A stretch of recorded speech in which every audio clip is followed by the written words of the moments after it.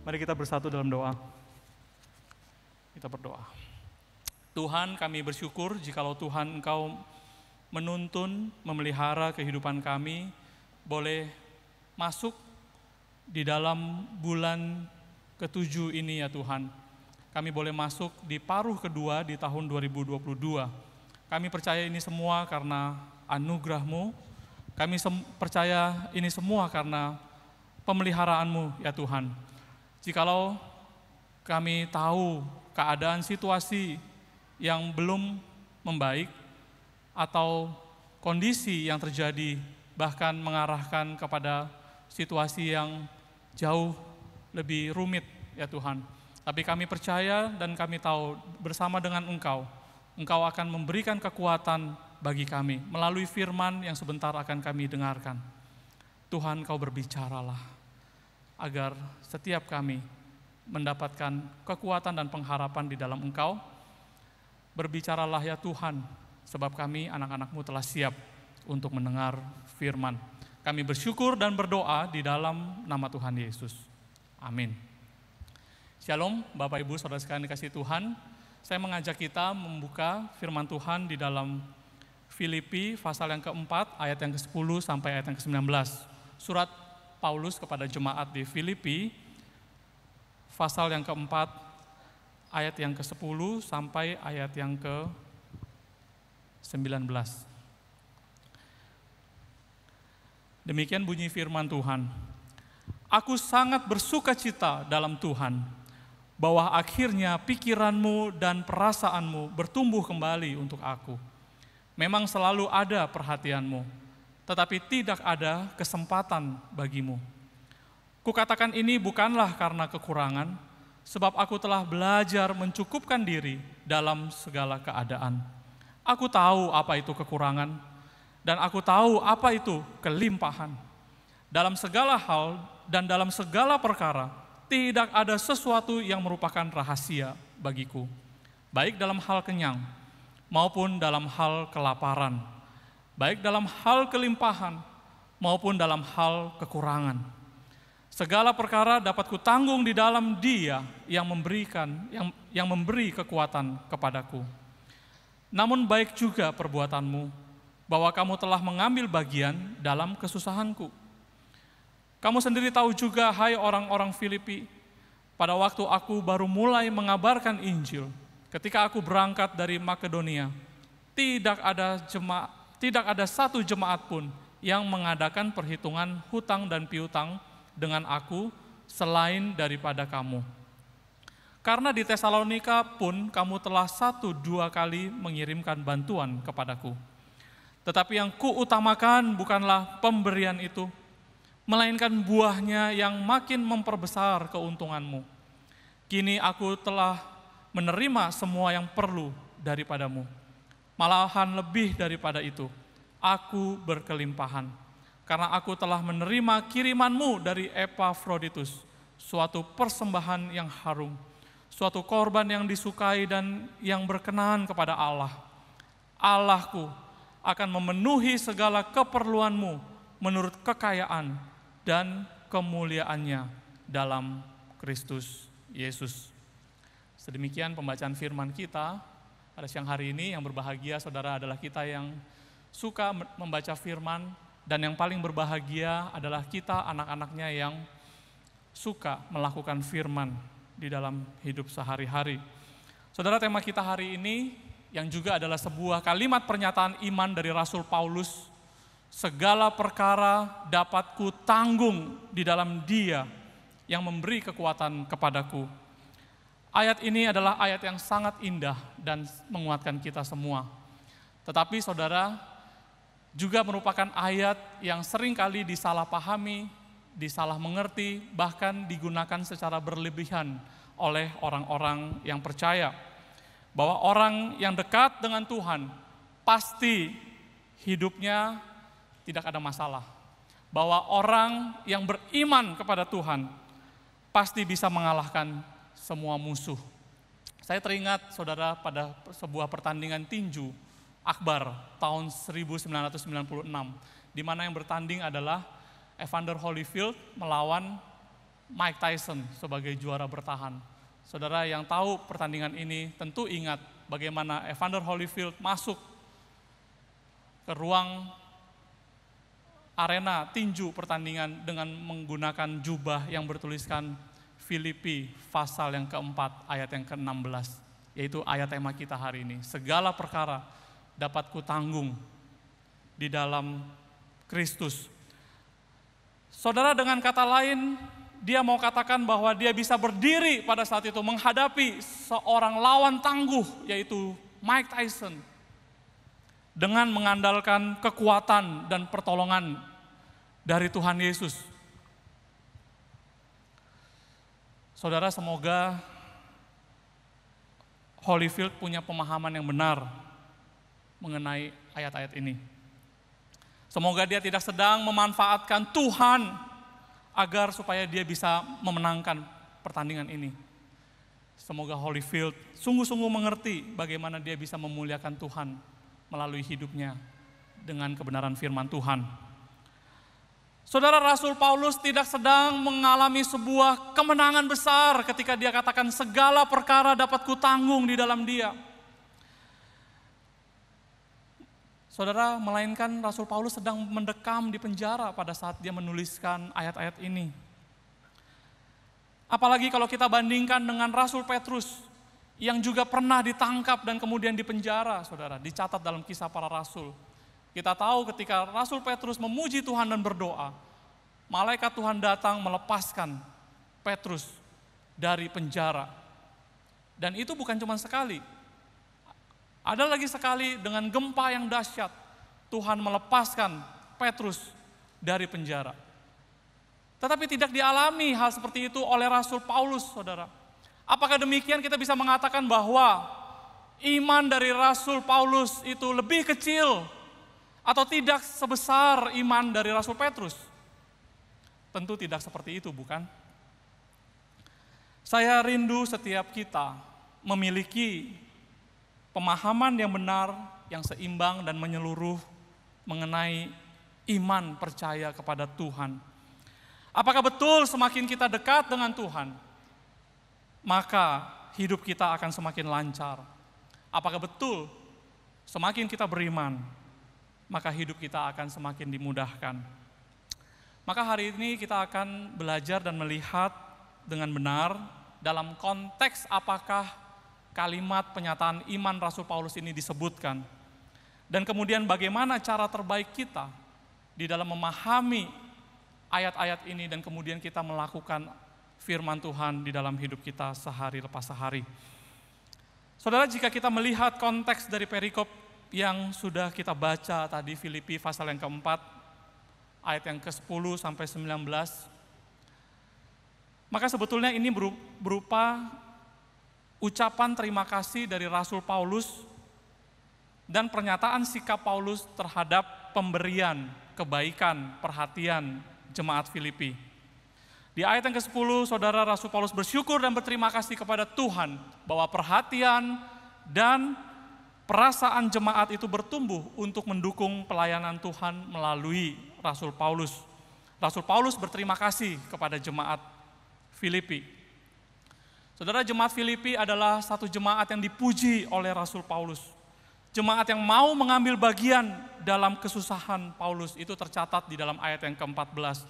Di ayat yang ke-15 dan di ayat yang ke-16, saudara, itu dicatat bahwa ketika dari perjalanan dari Filipi atau Makedonia menuju ke Tesalonika, Paulus mengatakan tidak ada yang mengadakan perhitungan hutang dan piutang, atau dengan kata lain, tidak ada yang mempedulikan budgeting kebutuhan-kebutuhan pelayanan Rasul Paulus, kecuali dari jemaat di Filipi. Hanya jemaat Filipi yang mencoba memikirkan kebutuhan pelayanan Rasul Paulus dan mereka mendukung akan hal itu. Tidak sampai di situ, saudara. Meninggalkan Filipi dan sampai di Tesalonika pun dikatakan 1-2 kali jemaat masih terus mendukung pelayanan Rasul Paulus melalui pemberian-pemberian. Tidak sampai di situ, saudara. Meninggalkan Tesalonika menuju kota Korintus yang sudah jauh sebetulnya dari Filipi. Sampai di Korintus pun 2 Korintus pasal 11 ayat yang ke-9 mencatat, Paulus berkata demikian, ketika aku dalam kekurangan di tengah-tengah kamu, aku tidak menyusahkan seorang pun, sebab apa yang kurang padaku dicukupkan oleh saudara-saudara yang datang dari Makedonia. Ketika dia sudah sampai di Korintus, kalau ada kunjungan dari jemaat-jemaat di Filipi menuju Korintus, mereka masih ingat Rasul Paulus dan mereka memberikan dukungan dan perhatian untuk mendukung pelayanan misi yang dikerjakan oleh Rasul Paulus. Saudara, jemaat Filipi adalah jemaat yang dipuji oleh Rasul Paulus. Paulus adalah orang yang tahu bersyukur dan berterima kasih. Maka dia menulis surat Filipi ini. Utamanya selain untuk menggembalakan jemaat di Filipi, surat Filipi juga adalah sebuah surat ucapan terima kasih kepada jemaat yang telah membantu mendukung pelayanan dia. Saudara, dari dalam penjara, dengan hati yang meluap dengan ucapan syukur, Paulus dapat menghadapi segala perkara dan segala kesulitan. Maka kita melihat kunci pertama, dia dapat bertahan di tengah situasi yang sulit adalah hati yang penuh dengan ucapan syukur kepada Tuhan. Saudara, mari kita belajar untuk dapat bersyukur dalam segala keadaan. Saudara tahu berterima kasih adalah tanda dari sebuah kedewasaan rohani. Bahwa ucapan syukur yang timbul dari hati yang dalam, saudara, pasti akan mengalir keluar dan menjadi sebuah ungkapan syukur melalui tindakan yang nyata. Seorang pendeta berkata, in all things give thanks, and in all thanks give things.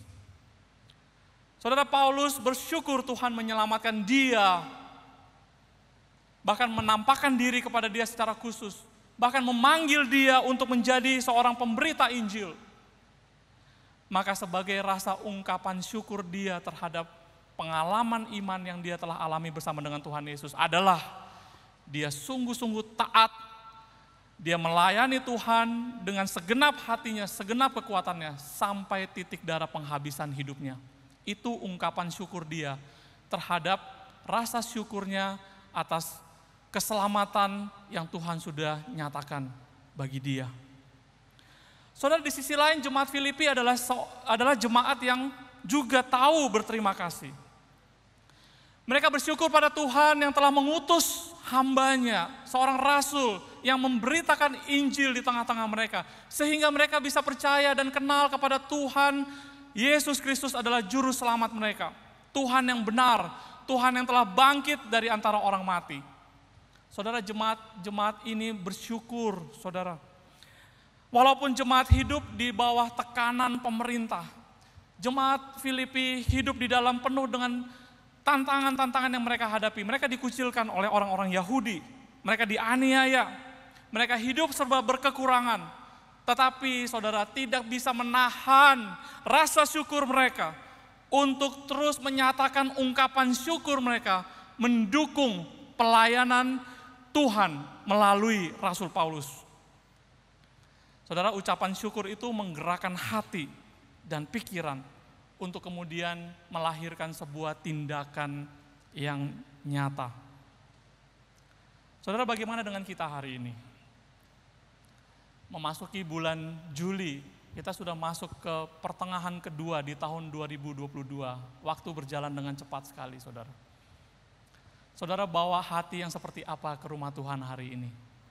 Apakah ada hati yang penuh dengan ucapan syukur hari ini kita di hadapan Tuhan? Jikalau saudara masih punya pekerjaan, saudara masih punya keluarga, saudara masih punya kesehatan, mari kita datang ke hadapan Tuhan dengan penuh ucapan syukur. Tetapi saudara, bukan hanya berhenti sampai di hati dan di mulut kita bersyukur pada Tuhan untuk keluarga kita, untuk pekerjaan kita, untuk kesehatan kita. Mari kita ungkapkan itu melalui tindakan yang lebih nyata, saudara.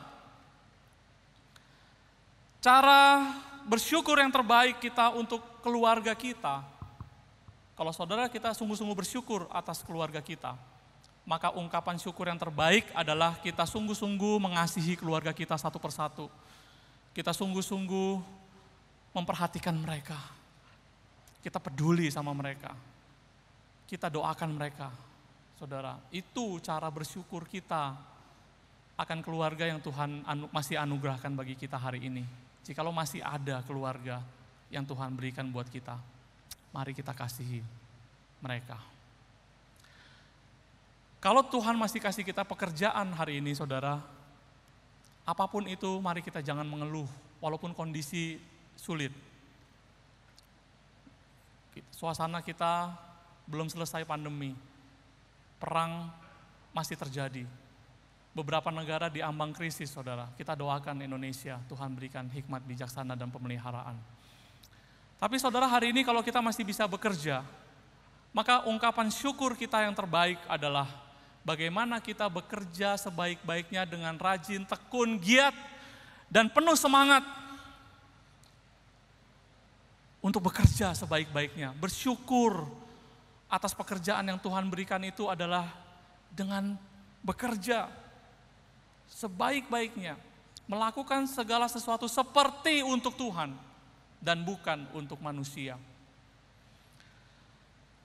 Saudara, kalau hari ini Tuhan masih memberikan kepada kita kesehatan, maka cara terbaik kita untuk kita mengungkapkan rasa syukur kita kepada kesehatan yang Tuhan masih berikan buat kita. Ayo saudara, kita disiplin dengan menjaga kesehatan ini sebaik-baiknya. Tubuh kita ini adalah bait dari Roh Kudus. Bagaimana cara kita makan, bagaimana cara kita minum, bagaimana kita berolahraga, bagaimana kita beristirahat, bagaimana kita menjaga pikiran yang jernih di dalam Tuhan. Itulah cara kita yang terbaik untuk bersyukur atas kesehatan yang Tuhan masih anugerahkan buat kita. Saudara, kalau hari ini Tuhan masih memberikan kepada kita gereja untuk kita boleh beribadah, kita bersekutu bersama-sama. Maka cara terbaik saudara untuk bersyukur pada Tuhan, untuk rumah Tuhan yang masih Tuhan anugerahkan adalah mari kita beribadah sungguh-sungguh, saudara, bawa hati kita yang sungguh-sungguh menyembah Tuhan, memuliakan nama Tuhan. Kalau Tuhan masih memberikan kepada kita gereja hari ini, mari kita giat untuk melayani Tuhan. Kita giat untuk saling melayani satu dengan yang lainnya. Mari kita giat bertumbuh dalam komunitas-komunitas yang Tuhan masih berikan kepada kita. Itulah saudara, cara ungkapan syukur kita yang paling baik melalui sebuah tindakan-tindakan yang nyata. Saudara sekalian yang kasih Tuhan, bersyukur pada Tuhan adalah hal yang paling mendasar di dalam iman Kristen untuk kita dapat berdiri kuat, bertahan menghadapi berbagai kejadian, peristiwa, kondisi, situasi di dalam hidup ini. Kalau saudara sudah kehilangan rasa bersyukur, saudara pasti sudah kehilangan kekuatan untuk menghadapi situasi yang ada. Tapi kalau saudara mulai dengan ucapan syukur kepada Tuhan, saudara mulai ada kekuatan yang timbul dari dalam hati, yang kita percaya itu adalah pekerjaan Roh Kudus di dalam hati kita. Yang kedua, saudara, Paulus ketika berkata, segala perkara dapat kutanggung di dalam Dia. Yang kedua adalah ketika dia berusaha mencukupkan diri dalam segala keadaan. Di dalam ayat yang ke-10 dikatakan, Paulus bersukacita di dalam Tuhan, bahwa akhirnya pikiranmu dan perasaanmu bertumbuh kembali untuk aku. Memang selalu ada perhatianmu, tetapi tidak ada kesempatan bagimu. Saudara, di sini ada satu kalimat di ayat yang B itu ya saudara. Saya ngajak kita untuk memperhatikan ayat-ayat ini yang seringkali ayat-ayat ini lewat begitu saja dalam perhatian kita. Kalimat yang menarik adalah, memang selalu ada perhatianmu, tidak ada kesempatan bagimu. Apa maksudnya saudara? Rasul Paulus menyadari bahwa jemaat Filipi adalah jemaat yang murah hati, yang selalu ingin rindu mendukung pelayanan, memberikan perhatian kepada Rasul Paulus. Tetapi Paulus menegaskan, tidak selalu ada kesempatan bagi jemaat untuk memperhatikan Rasul Paulus. Artinya saudara, Tidak selalu ketika jemaat rindu untuk mendukung Rasul Paulus, Paulus dalam keadaan yang membutuhkannya. Karena Paulus tidak bergantung pada jemaat. Tetapi tidak selalu juga ketika Rasul Paulus sungguh-sungguh butuh, lagi dalam kekurangan, saudara. Jemaat tahu dia lagi kekurangan, dan jemaat mendukung. Bahkan kalau jemaat tahu pun, belum tentu jemaat bisa mendukung. Maka Rasul Paulus mengatakan, selalu ada perhatianmu, tetapi tidak selalu ada kesempatan bagimu. Timing atau kesempatan untuk memberi tidak selalu ada. Saudara, saya mau share secara singkat pengalaman saya pribadi, bagaimana Tuhan mengizinkan saya pernah mengalami saat-saat di mana saya berkekurangan, maupun juga di mana saat saya berkelimpahan. Saya ingat di tahun kedua saya sekolah teologi di STT Bandung. Pada waktu sekolah, sebelumnya saya sudah bekerja memang, dan saya taruh ada spare sejumlah dana, artinya untuk kalau saya uang saku, saya untuk beli kebutuhan sehari-hari, saya pakai dana itu. Dan itulah dana yang ada di ATM saya. Suatu ketika ini di tahun kedua, saudara ya, saya sudah menjalani semester ketiga waktu itu. Sudah lewat 2 semester. Sekolah mengadakan retreat mahasiswa. Biaya pendaftaran saya masih ingat sekali 150.000. Dan saya mau ambil ke ATM untuk bayar uang pendaftaran retreat mahasiswa ini. Saya pergi ke ATM dekat sekolah pada saat itu. Saya masuk ke ATM dan pada saat itu di layar biru itu muncul sebuah kalimat permohonan maaf. Maaf, mohon maaf. Saldo Anda tidak mencukupi untuk transaksi ini. Waduh. Baru pertama dalam seumur hidup saya, saudara, saya nggak bisa narik dalam keadaan yang perlu, ya sedang perlu dana untuk retreat. Belum sampai di situ, belum berakhir. Keluar dari pintu ATM, biasa di pintu ATM di tempat itu ada pengemis, dan saat itu ada anak-anak. Dia lihat saya keluar dari ATM, dia pikir saya baru ambil uang. Anak-anak ini mengatakan, "Om, minta uang om." Lalu saya bilang sama dia, "Saya aja mau minta uang, tahu nggak?" Nah, dalam situasi seperti itu, saudara, saya dalam kondisi berkekurangan. Lalu pengalaman kedua ketika saya sekarang mau men-sharingkan saat-saat di mana saya berkelebihan. Suatu ketika sudah melayani di gereja ini kembali, masih penginjil waktu itu, sudah lama sekali, saudara. Suatu minggu tidak ada rapat, saya mengajak keluarga makan di sebuah restoran. Dan ternyata sampai di restoran itu sudah ada jemaat yang sampai duluan dan sudah makan di tempat itu. Dan mereka duduk di sebuah, dan kami menegur sapa begitu ya, ada di sini juga. Dan kami mengambil sebuah tempat dan kami mulai memesan. Dan ketika makanannya sudah datang, kami baru mulai mau makan, jemaat yang sudah tiba duluan itu sudah selesai dan mereka pamit dengan kami. Dan kami juga menyapa mereka kembali begitu ya, dan mereka pergi. Tepat di meja itu juga, saudara, begitu jemaat ini pulang, datang lagi jemaat gereja kita juga, duduk di meja itu juga. Dan mereka memberikan salam juga kepada kami, kami bertegur sapa lagi, dan kami sedang makan waktu itu. Ketemu, ya begitu ya, tapi agak berjauhan sih. Ya. Nah, karena mereka baru datang, mereka memesan, kami kurang lebih sudah mau selesai, mereka makan, kami sudah selesai. Saya berpamitan dengan jemaat yang kedua ini, lalu saya menuju kasir. Ketika saya menuju kasir, jemaat yang baru mau mulai makan itu mengikuti saya ke kasir. Dan dia katakan, "Contoh, biar kami bayarkan aja sekalian." Dan saya bilang kepada jemaat ini, "Oh, terima kasih banget, tapi nggak apa-apa, kami bisa bayar kok." Lalu kami saling jangan begitu ya, sampai di depan kasir, ternyata kasir mengatakan, "Oh, billing meja ini, meja kami ya, sudah dibayarkan oleh jemaat yang tadi, yang terdahulu yang sudah kita ketemu." Jadi dia mengatakan sudah dibayar billingnya. Waduh, saudara, di situ saya mengalami yang namanya saat-saat saya berkelimpahan. Saudara, saya percaya kita pasti pernah mengalami saat-saat di mana saudara berkekurangan. Saya percaya itu. Apalagi situasi pandemi 3 tahun belakangan ini. Saya juga percaya saudara pernah mengalami saat-saat berkelimpahan. Tetapi masalahnya di sini adalah saudara pastikan ketika kita mengalami keadaan berkekurangan, bagaimana sikap kita di hadapan Tuhan.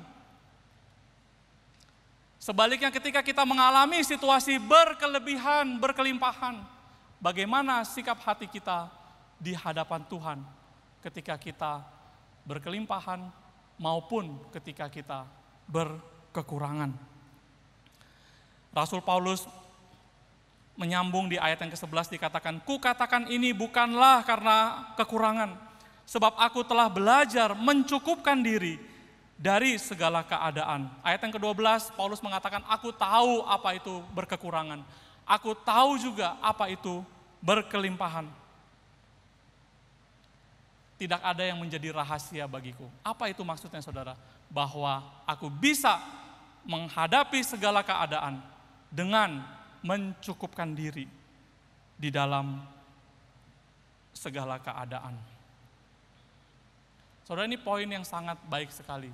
Ketika dikatakan segala perkara dapat kutanggung, saudara harus pastikan di dalam segala keadaan, saudara pastikan saudara bisa mencukupkan diri dari segala keadaan.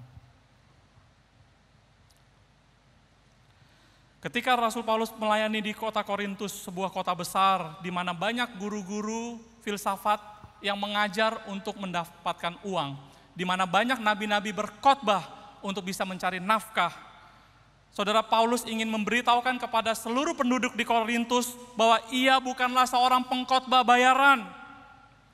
Maka konsekuensinya saudara, ketika di kota Korintus, Kisah Rasul pasal yang ke-18 ayat yang ketiga mencatat, ia harus bekerja sebagai tukang kemah, dia harus self-sufficient, dia harus memenuhi kebutuhan hidupnya sendiri.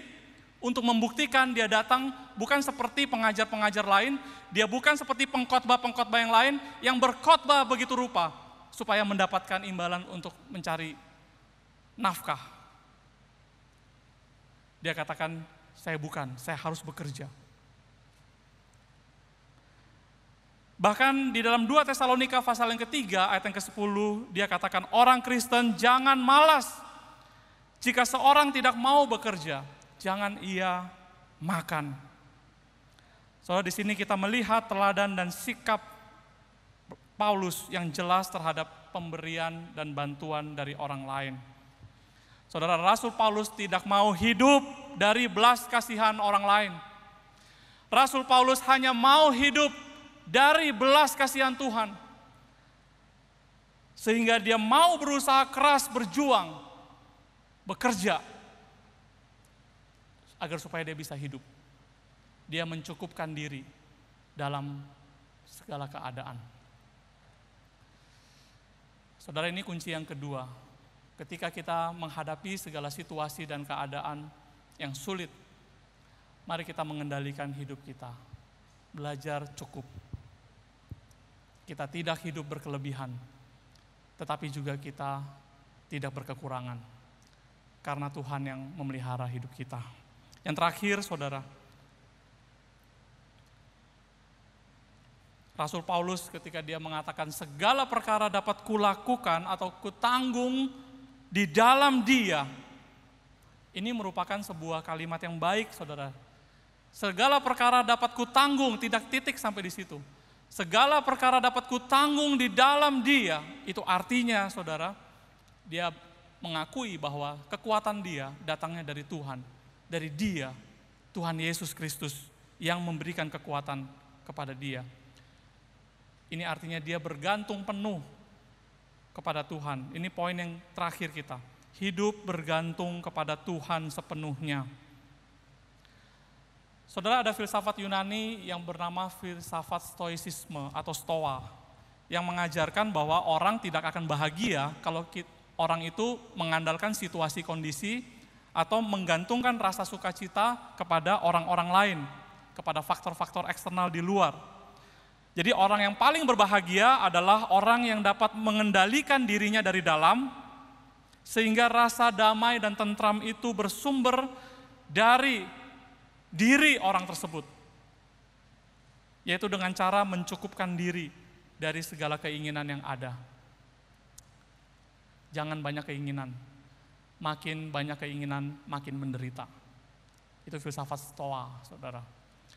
Kurang lebih sepintas pemikiran ini kelihatannya serupa dengan kalimat yang diucapkan Rasul Paulus. Namun sebenarnya tidak, saudara. Pemikiran Stoa mengajarkan bahwa hidup tidak boleh mengandalkan situasi, hidup tidak boleh mengandalkan orang lain, tetapi hidup harus bisa mengandalkan diri sendiri. Di sini letak perbedaannya, saudara. Maka orang yang mengandalkan diri sendiri menempatkan dirinya sebagai Tuhan dan Raja atas hidupnya sendiri. Dia tidak membutuhkan Tuhan yang lain di dalam kehidupannya. Maka untuk orang-orang seperti ini firman Tuhan datang di dalam Yeremia pasal yang ke-17 ayat yang ke-5 berkata, "Terkutuklah orang yang mengandalkan manusia, yang mengandalkan kekuatannya sendiri, dan yang hatinya menjauh daripada Tuhan." Saudara, maka jelas ketika Rasul Paulus berkata, segala perkara dapat kutanggung di dalam Dia, yaitu Tuhan Yesus Kristus. Rasul Paulus tidak berkata, segala perkara dapat kutanggung di dalam pemberian dan perhatian dari jemaat Filipi. Rasul Paulus juga tidak berkata, segala perkara dapat kutanggung di dalam aku sendiri yang bisa mencukupkan diri dalam segala keadaan. Tapi dia berkata, segala perkara dapat kutanggung di dalam Dia, yaitu Tuhan Yesus yang memberikan kekuatan kepadaku. Ini artinya kekuatan Dia, kekuatan Rasul Paulus dalam mencukupkan diri dalam segala keadaan, kekuatan Rasul Paulus dalam menanggung segala derita, kesulitan hidup, adalah datangnya dari Tuhan semata. Dia bergantung penuh kepada Tuhan. Maka Yeremia pasal yang ke-17 ayat yang ke-7 sampai yang ke-8 berkata, diberkatilah orang yang mengandalkan Tuhan, yang menaruh harapannya pada Tuhan. Ia akan seperti pohon yang ditanam di tepi air, yang merambatkan akar-akarnya ke tepi batang air, dan yang tidak mengalami datangnya panas terik, yang daunnya tetap hijau, yang tidak khawatir dalam tahun kering, dan yang tidak berhenti menghasilkan buah. Saudara, orang-orang yang mengandalkan Tuhan di dalam kehidupannya adalah orang yang paling berbahagia, saudara. Kenapa? Karena dikatakan ketika datangnya panas terik, ketika datangnya tahun-tahun kekeringan, orang yang mengandalkan Tuhan adalah seperti pohon yang hidup di tepi aliran air. Dia tetap berbuah pada musimnya. Dia tetap bisa menjadi berkat. Orang-orang yang mengandalkan Tuhan, saudara, di tengah situasi sulit pun tetap bisa menjadi berkat, tetap bisa hidup dan berdiri di hadapan Tuhan. Mari kita mengandalkan Tuhan seperti Rasul Paulus. Penjara bisa membatasi gerak fisik tubuhnya, tetapi penjara tidak bisa membatasi Rasul Paulus untuk tetap menjadi berkat melalui surat Filipi yang dia tuliskan bagi jemaat. Rasul Paulus menguatkan setiap jemaat. Saudara sekalian yang dikasihi Tuhan, hidup yang bergantung kepada Tuhan mengingatkan kita agar kita selalu hidup rendah hati di hadapannya. Bahwa hidup kita ini semata-mata karena anugerah Tuhan. Kalau bukan Tuhan, kita tidak bisa ada sebagaimana kita ada sampai pada hari ini. Segala perkara telah ditanggung oleh Rasul Paulus. Rasul Paulus sudah menghadapi segala perkara-perkara sulit, saudara. Di dalam 2 Korintus pasal yang ke-11 ayat yang ke-23 sampai 28 dikatakan Rasul Paulus dia mengalami penjara dan didera di luar batas. Dia kerap dalam bahaya maut. 5 kali disesah orang Yahudi. Setiap kali 40 kali pukulan kurang 1, berarti 39 pukulan dia terima. Dia 3 kali didera, dilempar batu, 3 kali mengalami kapal karam, sehari semalam terkatung-katung di tengah laut, bahaya banjir, bahaya penyamun, bahaya dari orang-orang Yahudi maupun orang-orang non-Yahudi, bahaya di kota maupun di padang gurun, bahaya di tengah laut, bahaya dari pihak saudara-saudara palsu. Dia bekerja dengan berjerih lelah, dia kekurangan waktu untuk tidur, dia lapar dan dahaga, dia sering berpuasa, dia sering mengalami kedinginan tanpa pakaian. Semuanya itu saudara dia lakukan, dihadapi semua, dilewati semua kesulitan-kesulitan dalam pelayanan itu.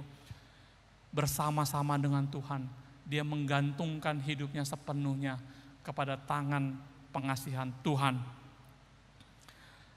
Saudara, dia mengatakan kalimat ini bukan sederhana. Ketika dia katakan segala perkara dapat kutanggung di dalam dia. Dia sungguh-sungguh mengakui bahwa kekuatan dia datangnya dari Tuhan saja. Tuhan yang berkuasa untuk menyelamatkan manusia dari dosa. Dan Tuhan yang berkuasa untuk membangkitkan manusia dari kematian kekal. Tuhan seperti inilah yang telah menguatkan Rasul Paulus. Dan Tuhan seperti inilah juga Bapak Ibu Saudara yang akan menguatkan kita hari ini dan seterusnya. Sehingga akhirnya dia menyimpulkan pada ayat yang ke-19, Allahku akan memenuhi segala keperluanmu menurut kekayaan dan kemuliaannya dalam Kristus Yesus. Rasul Paulus ingin katakan kepada jemaat di Filipi yang begitu baik. Rasul Paulus katakan, Tuhanlah yang memelihara kehidupan kita. Tuhanlah yang akan memenuhi segala keperluan kita. Mari kita bergantung dan bersandar kepada Tuhan.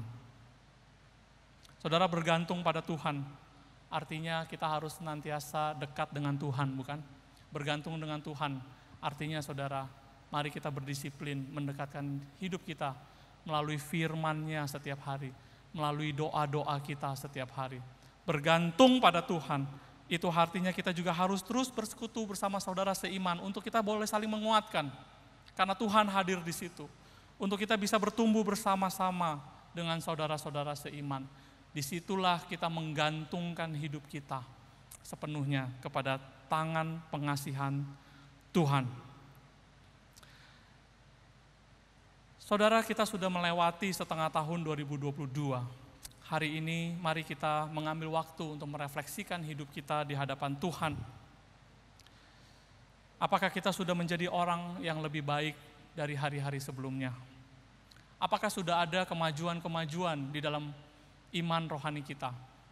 Apakah sudah ada perubahan-perubahan yang nyata di dalam karakter dan perubahan hidup kita? Apakah sudah ada perubahan tingkah laku kita semakin berkenan di hadapan Tuhan hari ini? Saudara, di tengah-tengah situasi yang tidak baik, jangan sampai membuat kita menjadi orang yang tidak baik. Ketika kita menghadapi situasi yang jahat, jangan itu semua membuat kita menjadi orang jahat. Tetapi marilah kita terus bersandar pada Tuhan. Di tengah keadaan yang gelap, kita boleh menjadi terang. Marilah kita hidup, saudara, dengan penuh ucapan syukur.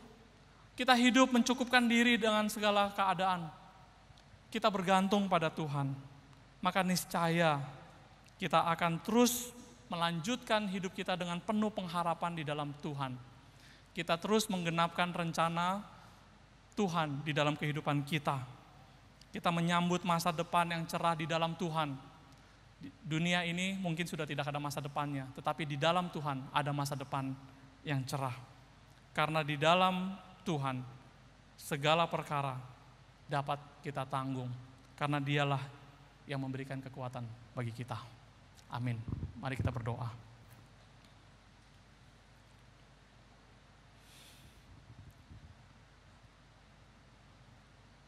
Tuhan, kami bersyukur untuk firman yang begitu indah dan menguatkan kami. Kami rindu ya Tuhan, Tuhan memelihara hati dan pikiran kami di tengah-tengah situasi-situasi yang sulit kami hadapi. Firman-Mu merupakan kabar baik bagi kami. Firman-Mu memberitahukan kepada kami bagaimana kami harus tetap bersyukur, bagaimana kami harus mencukupkan diri di dalam segala keadaan, bagaimana kami harus bergantung pada-Mu ya Tuhan. Tuhan, biarlah ini semua meneguhkan kami, menguatkan kami, menghadapi hari-hari ke depan kami. Kami mau melihat dari kacamata firman-Mu ya Tuhan. Hari-hari ke depan kami bersama dengan Engkau adalah hari-hari yang penuh dengan pengharapan, penuh dengan masa depan yang gemilang, masa depan yang cerah, karena Tuhan sedang melakukan segala sesuatu, bekerja di dalam segala sesuatu untuk mendatangkan kebaikan bagi setiap kami yang sungguh-sungguh rindu dan taat kepadamu. Materaikanlah firman-Mu ya Tuhan di dalam hati kami yang terdalam, oleh karena kami akan melakukannya seturut dengan pertolongan Roh-Mu yang kudus. Di dalam nama Tuhan Yesus kami berdoa. Amin. Tuhan memberkati kita.